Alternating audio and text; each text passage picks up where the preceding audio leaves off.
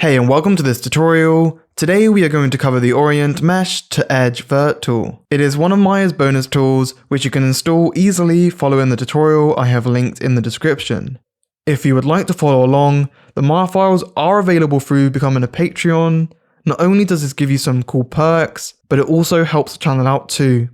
As I explain this tool, it's going to start to make more sense, but firstly, as we rotate this object, notice how it's not pivoting at the bottom as we want in this example. So as a bonus tool for this video, let's go ahead and use the move pivot to component center, and it's a quick way to put the pivot right in the middle of the component we have selected. So if we go ahead and select this edge here, we can get to this tool by heading up to bonus tools and then go to modify move pivot to component center. We can now see the pivot has moved and allows us to rotate in the way we intend. In this example, say we want to lean this book up against the rest of them like you sometimes see.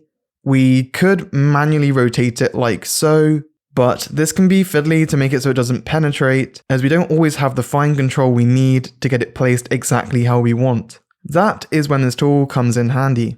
Let's just hop into the options for the Orient Mesh tool. We can do so by going to Modify, Orient Mesh to Vert Edge tool, and then clicking the little options box at the end. We have 3 sets of parameters we can change. In this example, we will leave the Orient to setting to Edge, and this is going to allow us to orient a vertex on this book to an edge on the book we want to lean on. We will want to do this in object space and on the rotation axis X. Now with the settings how we want, select a vertex. So if we wanted to pivot the object down here, I'm just going to move up and grab this vertex up here, and we want to align that onto this target object. And you can see we get the result we want really quickly. You can do this, of course, as many times as you like. As you can see, it's a speedy way to align objects which need to be at a slant.